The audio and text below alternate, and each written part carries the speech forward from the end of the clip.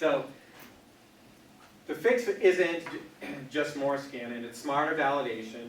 We need to focus on what can actually be breached, strengthen collaboration between IT and security, move towards continuous automated validation so teams can prioritize risk with real-world context.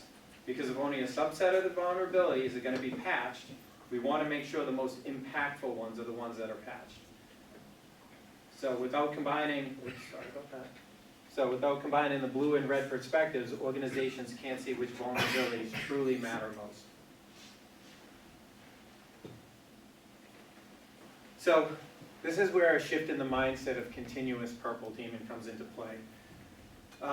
Instead of operating in silos, we combine the blue team's context like assets, criticality, data sensitivity, vulnerability management, red team's validation, exploitability, and potential breach. You know, when we overlay those two perspectives, we can reprioritize remediation based on what's actually compromisable, not just what a scanner labels as critical. Sometimes that means patching, sometimes that means reconfiguring. Sometimes it may just be rethinking of, you know, how that asset sits on the network, how it's segmented, how it's protected by firewalls, what systems can access it. The red team plays a crucial role here. They identify the misconfigurations and filter out the low impact findings. That means remediation is prioritized based on confirmed exploitability, not theoretical risk. Together, these enrich the blue team's visibility, showing the real attack surface to the environment as an attacker would see it.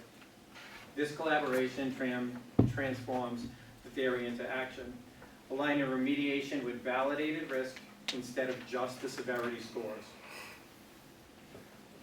Some numbers that I have, the results, basically organizations that integrate both blue and red team can see anywhere from a 40 to 60% improvement in their remediation success, risk reduction, and these based on industry benchmarks such as SAN and MITRE. The key is to combine the vulnerability scanning with the continuous pen testing and focus on the 20% of the vulnerabilities that truly matter, the ones that are proven.